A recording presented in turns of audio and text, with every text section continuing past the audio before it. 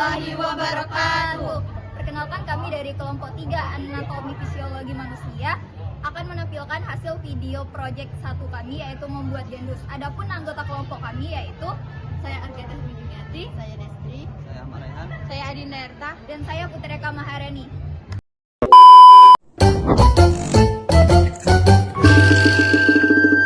Jadi kita harus tahu nih apa itu gandus. Gandus adalah makanan tradisional dari Sumatera Selatan yang terbuat dari tepung beras, santan, dan bumbu rempah. Biasanya gandus disajikan dalam bentuk kue basah yang lembut. Gandus memiliki cita rasa gurih dan tekstur yang kenyal. Sering dihiasi dengan taburan bawang goreng dan cabai. Selanjutnya adalah prosedur pembuatan gandus. Yang pertama itu menyiapkan alat dan bahan. Alatnya yaitu pisau atau gunting, panci kukus, baskom atau wadah besar, piring, mangkok, centong untuk alat pengaduk, sendok, cetakan gandus, dan juga kain serbet. Nah, untuk bahannya, kami menggunakan 100 gram tepung beras, 1 sendok makan tepung tapioka atau kanji, setengah sendok teh garam halus, 1 bungkus kecil santan instan, 65 ml, 300 ml air. Nah, untuk taburannya sendiri, kami menggunakan 2 sendok makan bawang merah goreng, 5 batang seledri yang diiris lembut, 3 buah cabai merah besar, iris tipis. Lalu, panaskan kukusan, beri air secukupnya, alasi penutup panci dengan serbet bersih agar uap air tidak menetes ke kue. Lalu, siapkan wadah, masukkan 100 gram tepung beras dan 1 sendok makan tepung tapioka, lalu sisihkan. Siapkan panci, masukkan santan, air, dan garam, lalu diaduk rata. Masak di atas kompor dengan api kecil, cukup sampai hangat saja. Tuang santan hangat perlahan ke dalam wadah berisi tepung. Aduk rata sampai tidak ada adonan yang menggumpal. Lalu siapkan cetakan untuk gandus dan masukkan adonan yang sudah kita buat tadi. Lalu wadah yang sudah diisikan tadi dimasukkan ke dalam kukusan dan dikukus selama 10-15 menit dengan api sedang. Jika sudah matang, angkat gandus dan tiriskan. Keluarkan dari cetakan setelah kue benar-benar dingin. Keluarkan kue dari cetakan dengan ujung gagang sendok atau pisau kecil mengelilingi cetakan sampai kue terlepas. Setelah gandus dilepaskan dari cetakannya, kemudian diberi taburan ebi halus, bawang goreng, seledri, dan irisan cabai merah besar di atasnya. Dan gandus yang sudah kami buat siap untuk disajikan.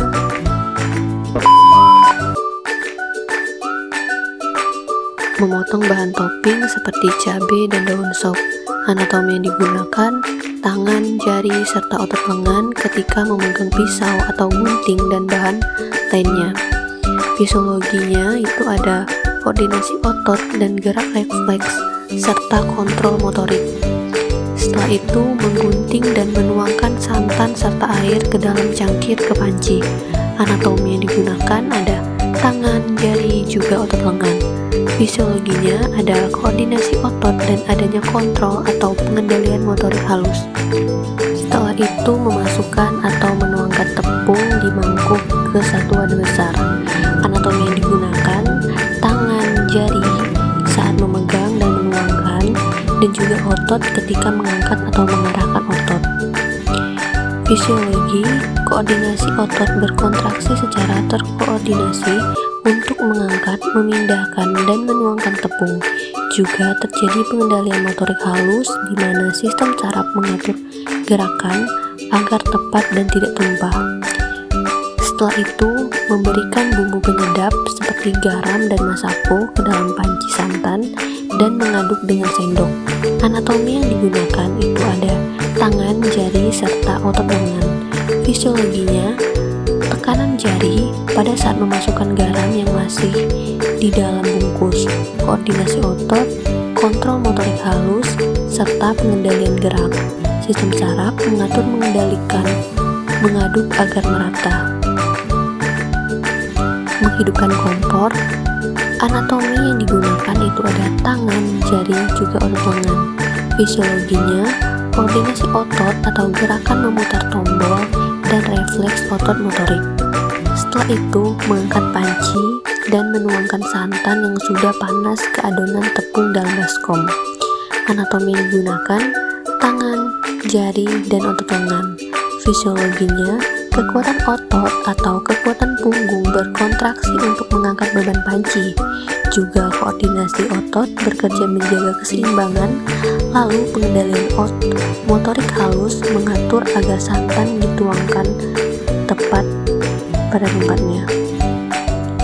Menuangkan adonan gandus ke tempat cetakan menggunakan centong ke masing-masing wadah. Anatomi, tangan, jari, juga otot lengan. Fisiologinya, otot lengan berkontraksi untuk mengangkat centong. Sistem saraf juga mengatur gerakan adonan ke masing-masing wadah. Setelah itu, memasukkan panci yang diisi gandus ke dalam panci kukusan yang sudah dipanaskan dan menutup panci. Anatomi yang digunakan, tangan, jari, dan otot lengan.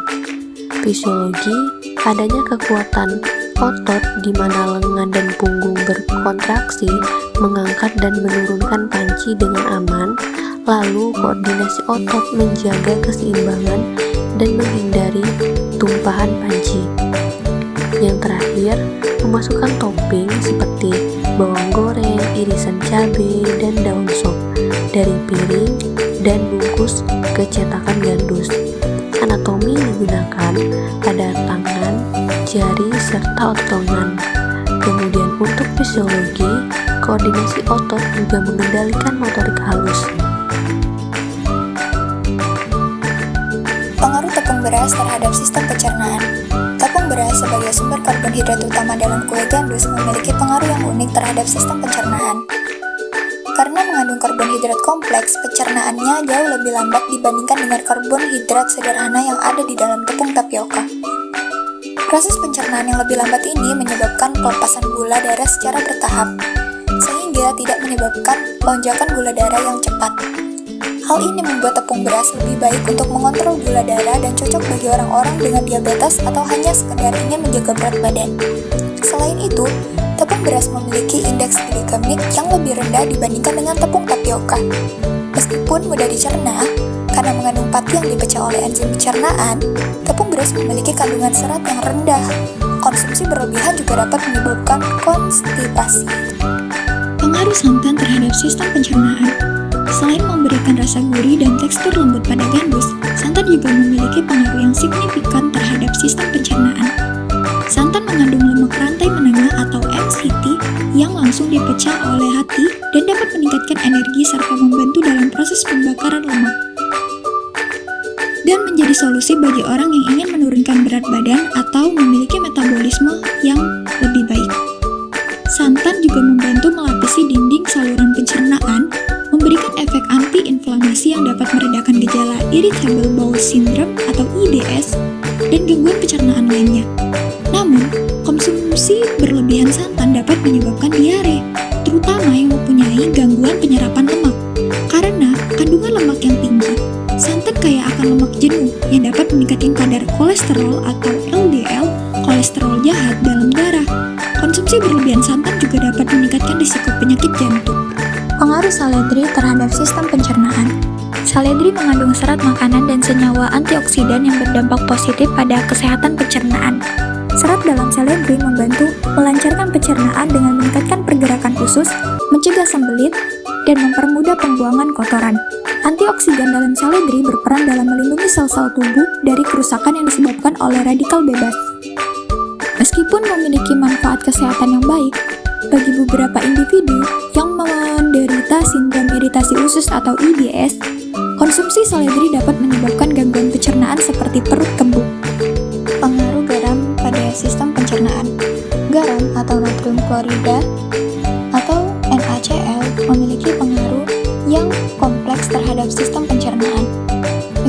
merupakan mineral penting yang dibutuhkan tubuh dalam jumlah sedang, konsumsi berlebihannya juga dapat menyebabkan masalah pencernaan, seperti MAH, perut kembung, dan diare. Garam dapat merangsang produksi asam lambung, yang dapat menyebabkan MAH dan juga memperburuk gejala sindrom iritasi usus atau IBS. Selain itu, garam dapat menyebabkan retensi air dalam tubuh, yang dapat menyebabkan pembengkakan di perut dan kaki. Namun, dalam konteks memasak kue gandus ini, kami hanya memakai jumlah yang sedikit.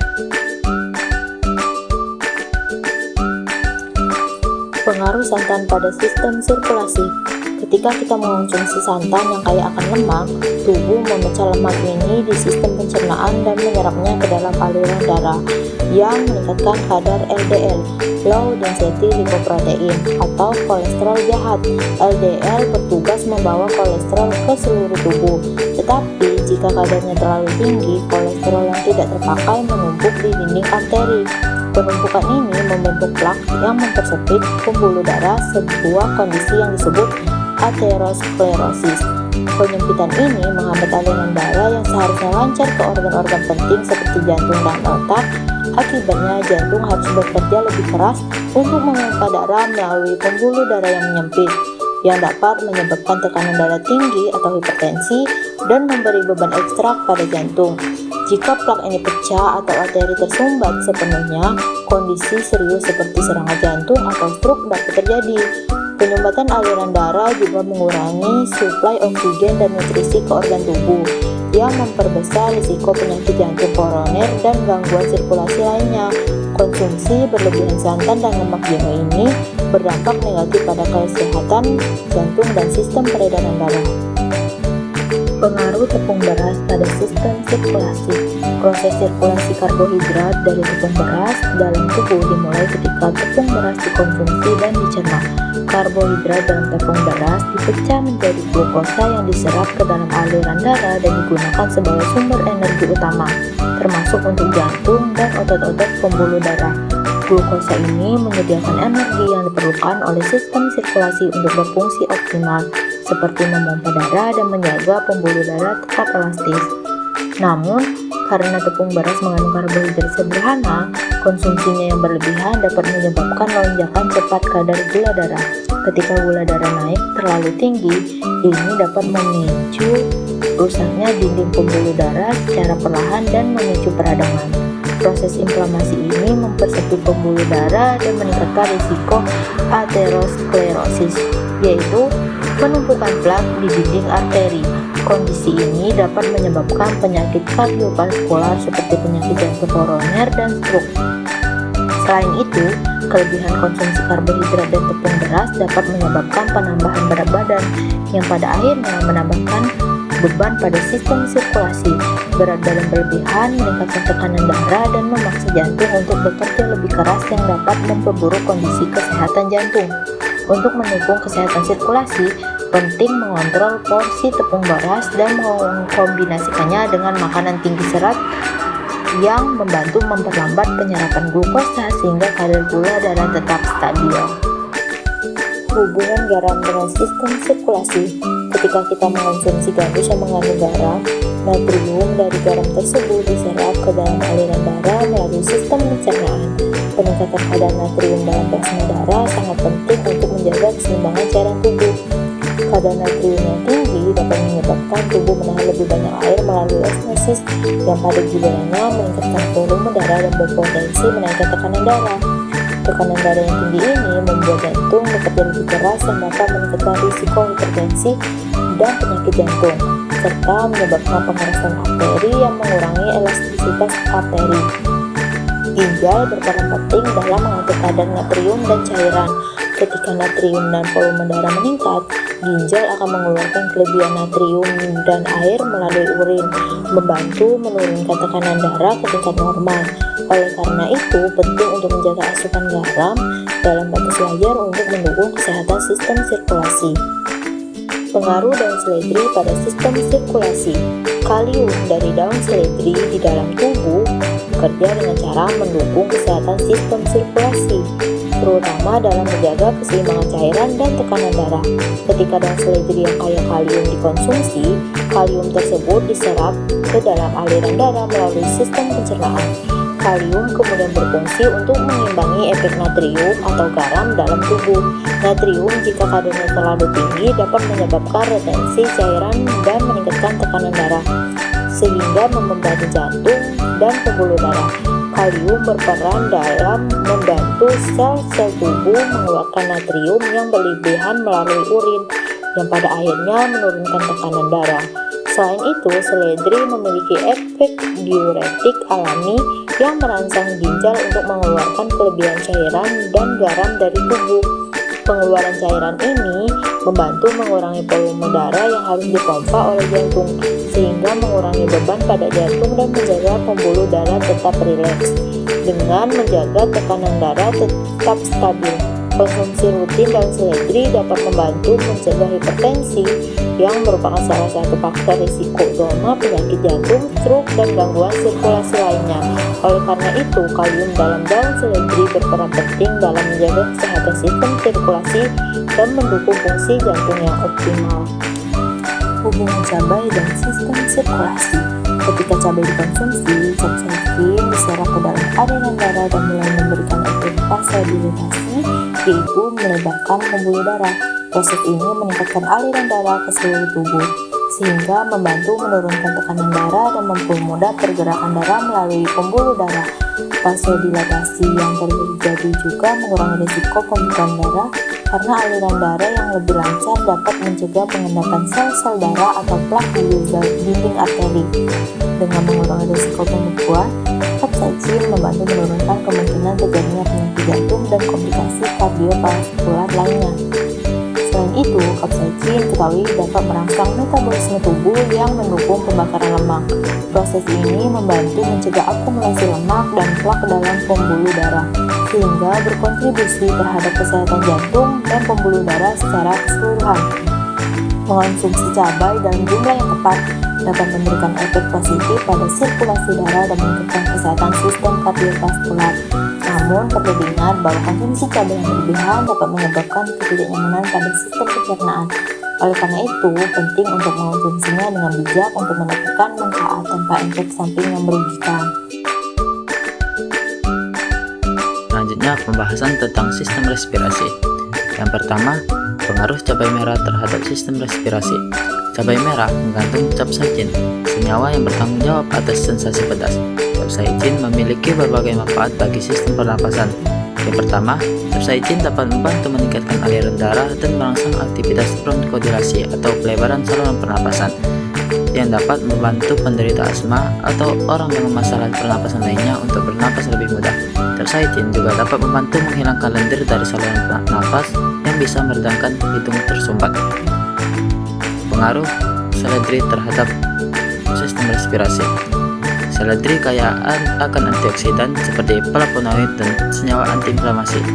Antioksidan ini membantu melindungi sel-sel tubuh, termasuk sel-sel di paru-paru, dari kerusakan akibat radikal bebas. Radikal bebas adalah molekul yang dapat menyebabkan peradangan dan kerusakan pada jaringan paru-paru, sehingga antioksidan penting untuk menjaga kesehatan paru-paru. Dengan mengurangi peradangan di saluran napas, seledri dapat membantu menjaga pernapasan tetap lancar dan mencegah gangguan pernapasan seperti asma. Seledri juga mengandung senyawa diuretik alami yang mampu mengurangi retensi cairan dalam tubuh. Retensi cairan yang berlebihan dapat menyebabkan pembekakan di paru-paru atau jaringan tubuh lainnya yang dapat mengganggu pernapasan. Dengan membantu mengeluarkan kelebihan cairan, seledri berkontribusi pada kesehatan sistem pernapasan. Yang terakhir, pengaruh bawang merah terhadap sistem respirasi. Bawang merah mengandung senyawa quercetin, sebuah flavonoid yang dikenal memiliki sistem antiinflamasi dan antioksidan kuat. Quercetin dapat membantu melindungi saluran pernapasan dari peradangan kronis yang seringkali menyebabkan gangguan pernapasan seperti asma atau bronkitis. Selain itu, quercetin bekerja sebagai bronchodilator alami, membantu melebarkan saluran napas dan meningkatkan aliran udara ke paru-paru, sehingga membuat proses pernapasan menjadi lebih mudah, terutama bagi mereka yang mengalami sesak napas.